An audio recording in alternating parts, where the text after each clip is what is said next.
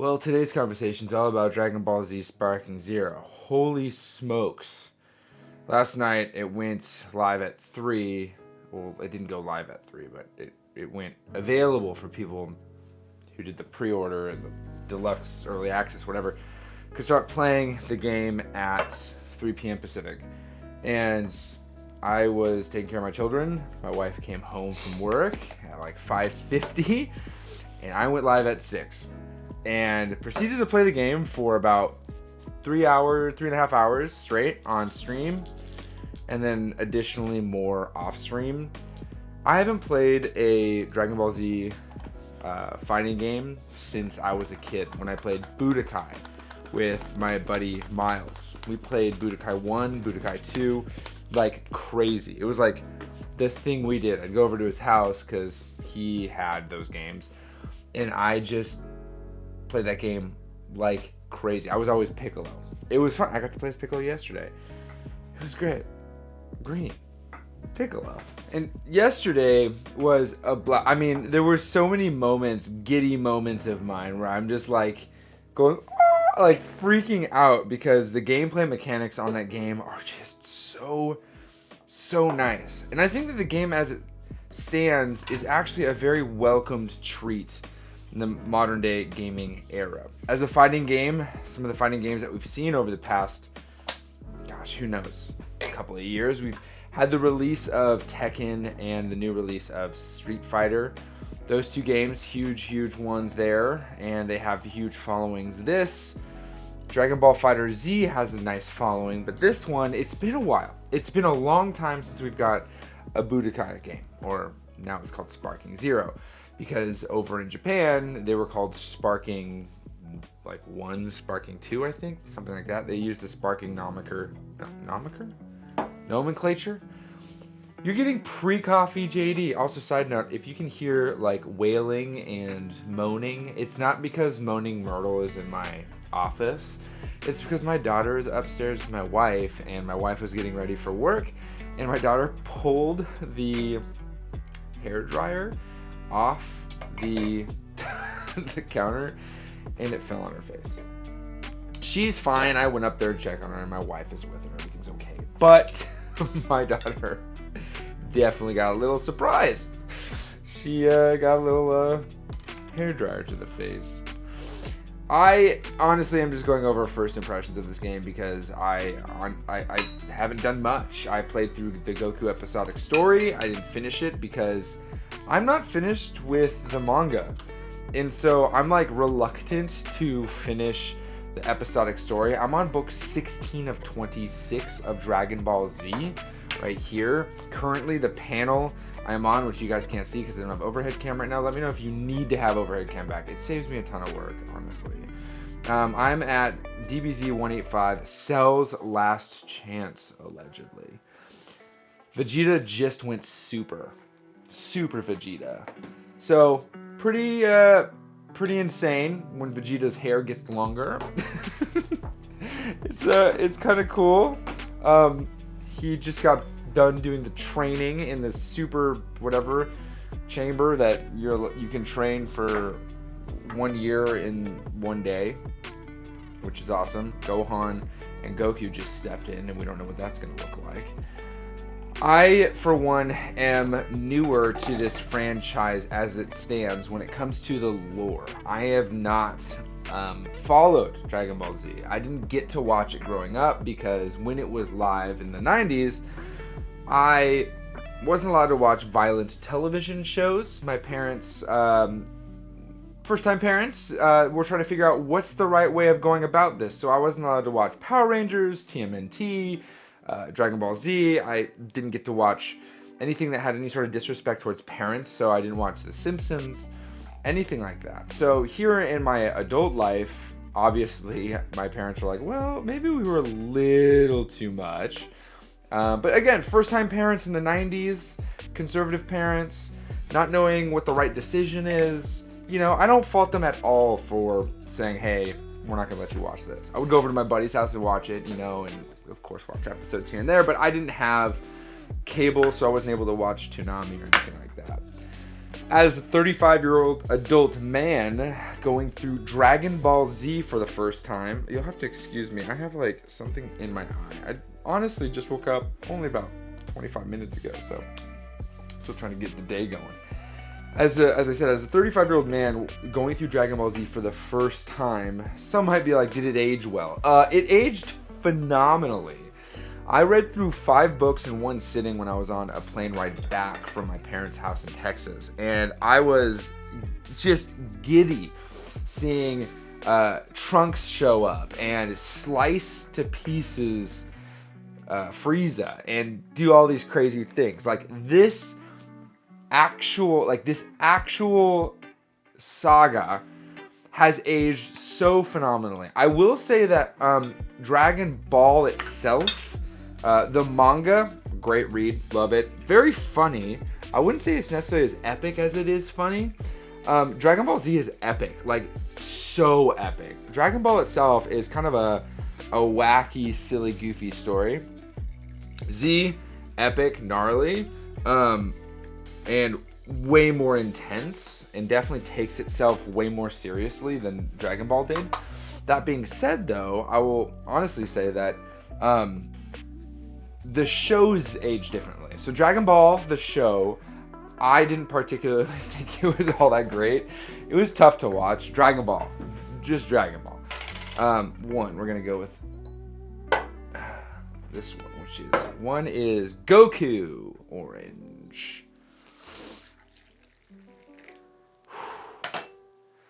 And then Dragon Ball Z, the show, aged phenomenally. I will say it's an interesting watch, because when watching these shows, you get...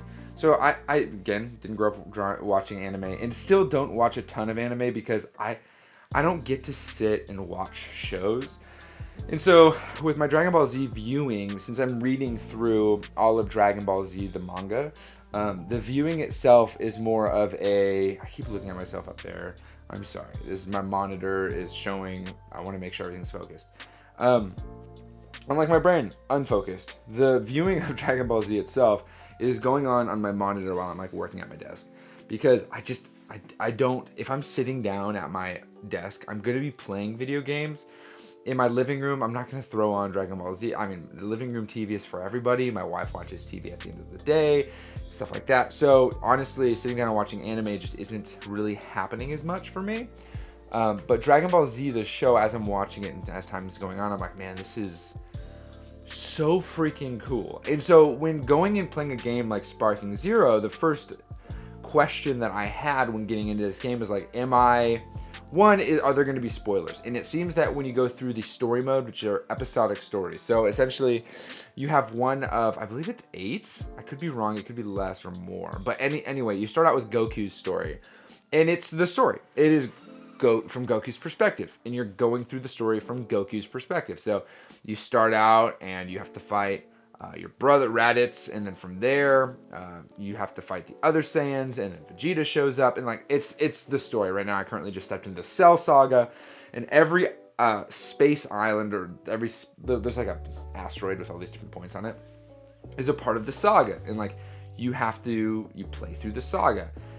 It's great. You can go Piccolo's perspective, Vegeta's perspective, Gohan's perspective, Goku Black, which apparently that's in Super. Haven't touched Super yet, so I'm not there yet. And all of this is the perspective of the specific person themselves. Cool. Really rad. Fun stuff. That's not the whole game, though. Obviously, because this is a fighting game. It is a game where you're spending, doing stuff with other people, fighting other people, so you're going to be doing a lot more, and holy moly, is there a ton. Now, I did get the Ultimate Deluxe Edition because I'm a super fan of Dragon Ball Z, and some people, I received a little bit of criticism, and I want to know from you guys in the comments. I openly allowing criticism to fall in, something I'm very terrible at receiving, but trying to get better. I would say that I've known about Dragon Ball Z my whole life, but I just 2 years ago, maybe it was 1 year ago, discovered Dragon Ball and Dragon Ball Z as a franchise, and it has quickly taken root. As you can see, I own every single manga that there is currently. Dragon Ball through Dragon Ball Z Super. GT isn't canon and doesn't have those. I am currently watching the show, and I'm going to watch all of the movies. So there's a lot there. And it's really taken over a big part of the fandom in my life, which has been crazy for me. Really crazy. My question to you is, I got criticism. People are like, you're new to this. So like, come on. And I'm like, dude, I'm a huge fan. Like, I'm new, but I'm a huge fan. The question is this: do you have to be a fan for 30 years to be considered a fan of Dragon Ball Z? Because honestly, I am loving this. I'm just genuinely loving this. It's so exciting to go through. And the game itself is very rewarding. So the fighting style and stuff like that, I purchased a fight pad, the 6-button fight pad, the Hori 6-button fight pad. To try to play this game. I'm like, oh, I want to get a fighting controller because I want to see if the fighting controller is going to help me. And I started playing for maybe 2 minutes, and I realized, nope, this is not going to help me for multiple reasons, and I'll get into that. I'll show you the controller real quick so that you can see what I'm talking about. But this is the fighting pad. So it has, like, as you can, there you go, 6 buttons, right? And so that's more what you're going to see for something like Street Fighter or Tekken. But for this game, I am not exaggerating when I say this. You use every single button. Where is a controller that I can show you?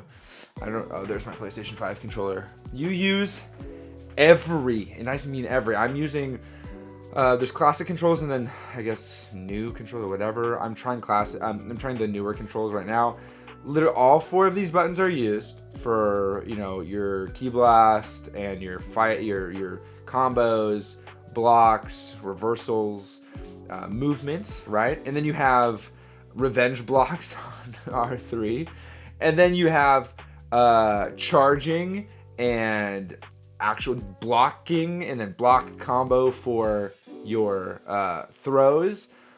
Ascend, descend over here, and then on here, the D-pad, you have cycling through a bunch of stuff, whether it's with Goku going Kaioken or switching out players with different D-pad buttons, or fusion, transforming, all these things. These are all things that you do. So the game itself uses every button on the controller.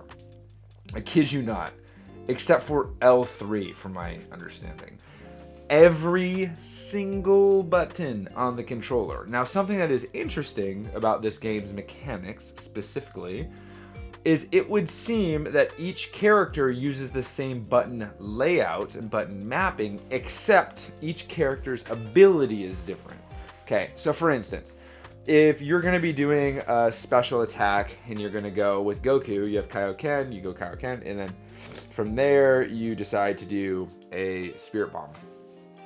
Great, awesome. There, you do that. With Frieza, it's going to be something completely different. I don't know what it is. Or with Piccolo, Special Beam Cannon, something like that, right? Same button mapping. You're going to press the same button combo, but the actual attack that happens is going to be different.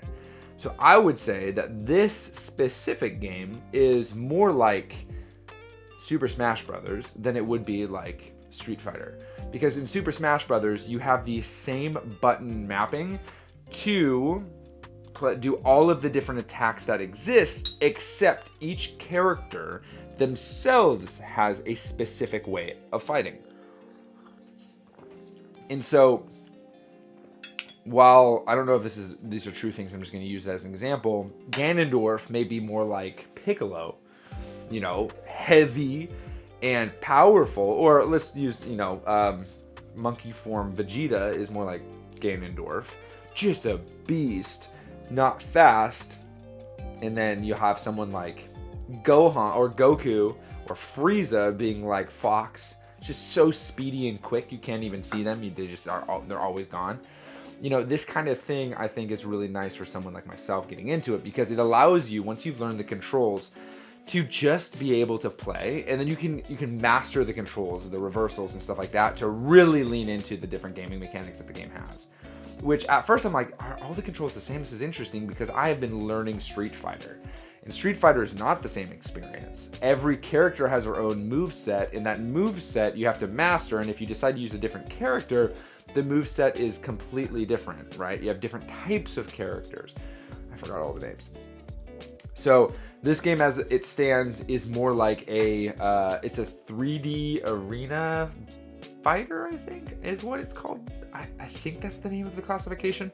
But the button layout is indicative to something like Super Smash Brothers, where the controls are the same for every character, but the character isn't the same, which I think is super cool, because of how complex the controls are for this game.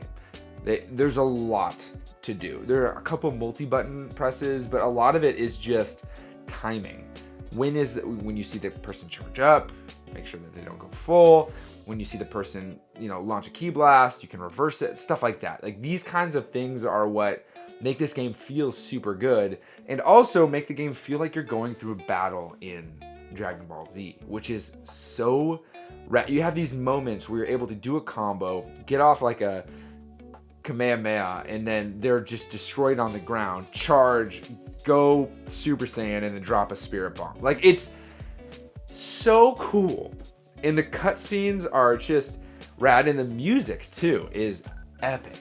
Now, that's the fighting mechanics. So what are the extra content? Well, there are outfits, there are characters, there are fusions, there's music, there's upgrades you can do for your characters to change their stats a little bit. All these things lend itself to a very, very fun, unlockable experience. And then going through the story mode and doing different types of maneuvers to get more Zenny, to buy outfits and stuff like that.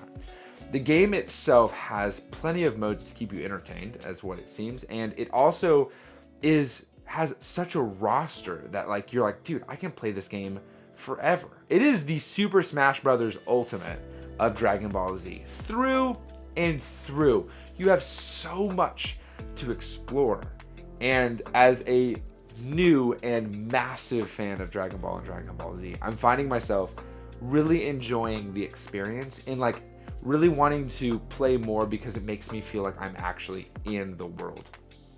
That is the immersive experience I'd want with something like a fighting game. I mean, Super Smash Brothers is something I grew up playing, but I never have felt this attachment to a game like so far with Dragon Ball Z Sparking Zero. I want to just be in that world and play those characters. It's so fun. Now, for you, should you buy it? If you're a Dragon Ball Z fan, I would say it's great. It's so awesome. Maybe don't buy the $100 version, but like, hey, that's up to you. I wanted early access. Also, I wanted to make content about it. So everyone, yesterday, 240 people were watching this. It was almost the #1 category on Twitch. How crazy is that? I was streaming it on Twitch, JDX Coffee. I will be streaming it as much as I can. It's not going to be, well, let me phrase this. I don't know if it's going to take over the king spot of like what I stream. I'm not sure yet. You guys can let me know if you want to see a lot of that, or if you'd like some more single player narrative stuff, or maybe, hey, trying to out Diablo 4. We can talk about that. But the game itself is definitely going to get some attention, at least in these first days, if not weeks. So, good game. Very, very good game. Maybe get it 70. And then the last question, I guess, would be is where did I get it? PlayStation or Steam Deck? I personally got it on the PlayStation. My reasoning for getting it on the PlayStation is I wanted to play it with the best visual fidelity that I could experience. The PC I have right now, the gaming laptop, doesn't do well with my TV. It doesn't upscale well. It takes a lot of work. It's trying to push the image to 4K. It's just not the best experience. And I wanted a plug-and-play experience. And so I got it on the PlayStation 5. When the gaming PC shows up, I will be waiting. But when this game eventually goes on sale, which it will, they all do, I will additionally purchase this game for Steam. And then I'll try it on the PC once I get the PC. But as it stands now, I just got it on the PlayStation 5 because I don't see the point in trying to jerry-rig my setup just to be like, oh, I'm only going to play on PC. It's just not going to be a good experience for me. And so got on PlayStation 5. Unfortunately, that means that crossplay isn't. Well, that's not because it's on PlayStation 5. Crossplay is not a thing with this game right now, and it doesn't seem like it's going to be a thing with this game. So if you're on Steam, I can't play with you. If you're on PlayStation 5, I can. Eventually, though, I will have the ability to do both. And so I will do both, but that's not going to happen until I get my gaming rig. And my gaming rig, I'm not going to make any promises. I don't think that's going to happen until next year. Probably beginning of next year. Unless something huge happens, but I have $5 towards the 2,000, so that's where we're at with the amount raised. Okay, that's it. Please go and follow on Twitch if you want to see gameplay or hang out with the community. JDX Coffee, twitch.tv/JDX Coffee. Have a good rest of your day, and I'll see you guys tomorrow. Play more and be kind.